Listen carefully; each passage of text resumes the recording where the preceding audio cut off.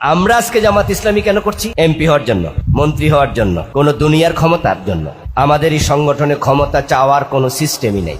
যদিও দূর থেকে মানুষ দেখে জামাত ইসলামী ও বিএনপির মতো, আওয়ামী লীগের মতো, অন্য অন্য দলের মতো চেয়ারম্যান মেম্বার হয়, এমপি হয়, মন্ত্রী হয়, তো তাহলে তো ক্ষমতার রাজনীতি করছে তারাও। দেখতে কিন্তু প্রায় একরকম হয়ে যায়, কিন্তু এখানে একটা বিশাল পার্থক্য আছে। আবু বকর সিদ্দিক কি রাষ্ট্রপ্রধান ছিলেন না? ফারুক আজম ওমর রাদিয়াল্লাহু তাআলা আনহু রাষ্ট্রপ্রধান ছিলেন না? ছিলেন।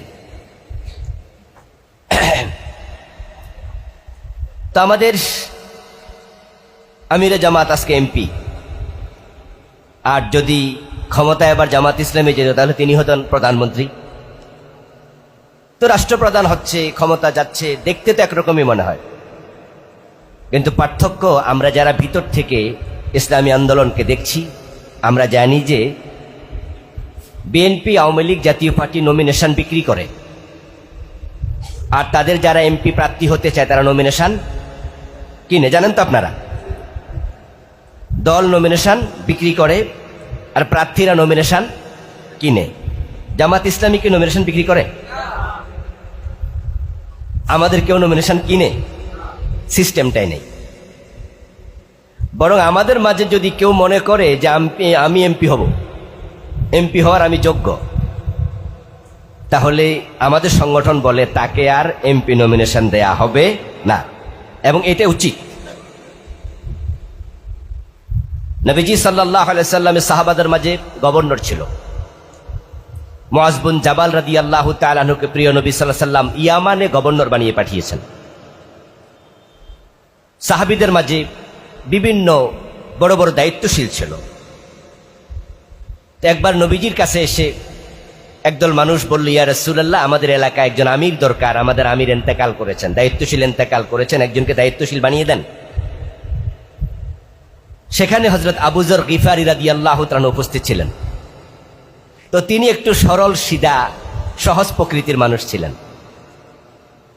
আবু যর গিফারি বলে, ইয়া রাসূলুল্লাহ, আপনি এই দায়িত্বটা আমারে দিয়ে দেন, আমির আমারে বানাইয়া ওই এলাকায় পাঠায় দেন। তো নবীজি সাল্লাল্লাহু আলাইহি সাল্লাম বলল, আবু যর, এই কাজের জন্য তুমি উপযুক্ত নও, যে উপযুক্ত আমি তাকে পাঠাবো। তবে জেনে রাখো, যে ক্ষমতা চায় আমি তাকে ক্ষমতা দেই না। নবীজির আন্দোলনের সাথে আমাদের মিলটা কোথায়? বা সাহাবারা যে আন্দোলন করছেন, আমরা কি সে আন্দোলন করছি? এই চিন্তার মাঝে যদি ভিন্নতা তৈরি হয় তাহলে সমস্যা। আর যদি মনে হয় যে হ্যাঁ, সাহাবারা যে আদর্শ সামনে নিয়ে আন্দোলন করেছেন আমরা সেটাই করছি, তাহলে সাহাবারা জান্নাতমুখী, আমরাও হব জান্নাতমুখী। আর সাহাবাদের আন্দোলনের সাথে যদি মিল তৈরি না হয়, তাহলে সাহাবীদের সাথে জান্নাতমুখী হওয়ার সুযোগ নাই।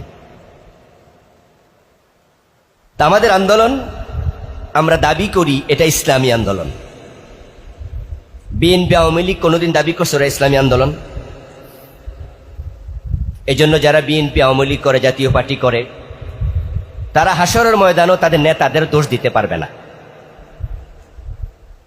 কোরআনে আছে, কর্মীরা নেতাদের দোষ দেবে। হাসরের ময়দানে তারা বলবে,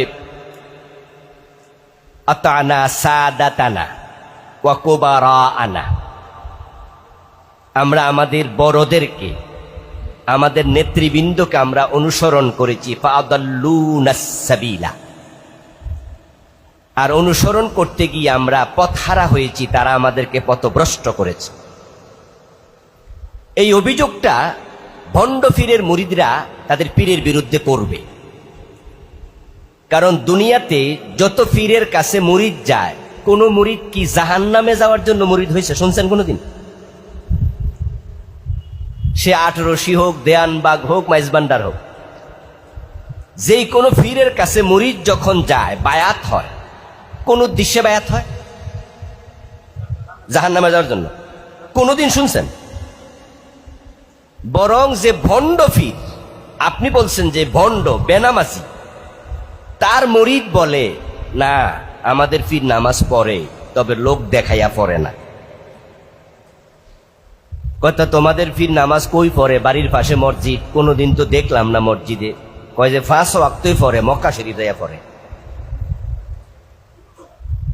এই জাতীয় ব্যাখ্যা আপনারা শুনবেন। আবার কেউ কেউ বলে নামাজের মতো নামাজ জীবনে একবার পড়লেও চলে, আর যেই ফির আল্লাহকে পেয়ে যায় তারা নামাজ লাগে না, সেটা আল্লাহরই পাইয়া গেছে। বিভিন্ন ব্যাখ্যা দিয়ে তারা বুঝাবে বেনামাজি হইল তিনি হক্কানি ফির। তোমার ফির পর্দা করে না, বলে আপনার চোখ আর পীর সাহেব হুজুরের চোখ এক না। উনি যে মাকামে চলে গেছে, ওই মাকামে গেলে আর পর্দা লাগে না।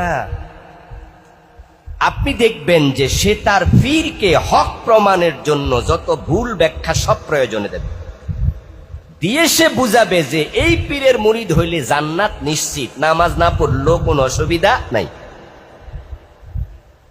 জান্নাত পাওয়ার জন্যই তারা যাচ্ছে পীরের কাছে, সে যতই ভণ্ড হোক। হাসরের ময়দানে যখন উপস্থিত হয়ে দেখবে যে সে নিজেই জাহান্নামী, তখন তারা অভিযোগ করে বলবে, আল্লাহ, জান্নাতের জন্য পীরের কাছে গিয়েছিলাম, ভেবেছিলাম সে হক্কানি, সে বলেছেও সে হক্কানি, কিন্তু এখন দেখি সে নিজেও জাহান্নামী, আমাদেরকেও বানিয়েছে জাহান্নামী। এবার কি? রব্বানা আতিহিম দি'ফাইন মিনাল আযাব। আল্লাহ, এই ফিরকে আপনি ডাবল শাস্তি দেন। ডাবল বলতে কি বুঝাচ্ছে?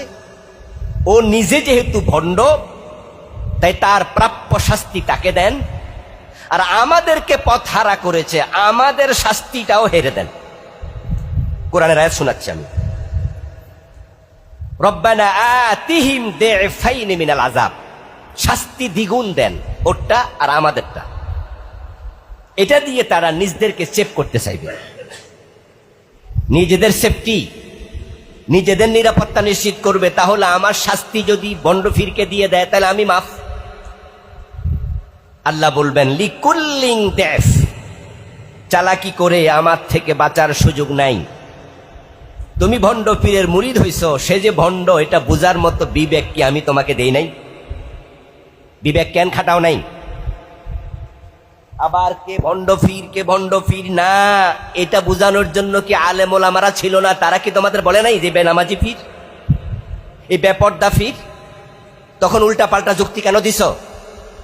এই জন্য লিকুল্লিন দেফ, আজকে দ্বিগুণ শাস্তি আমি নির্ধারণ করছি পীরের জন্য, মুরিদের জন্য, একসাথে জাহান্নামে যাও।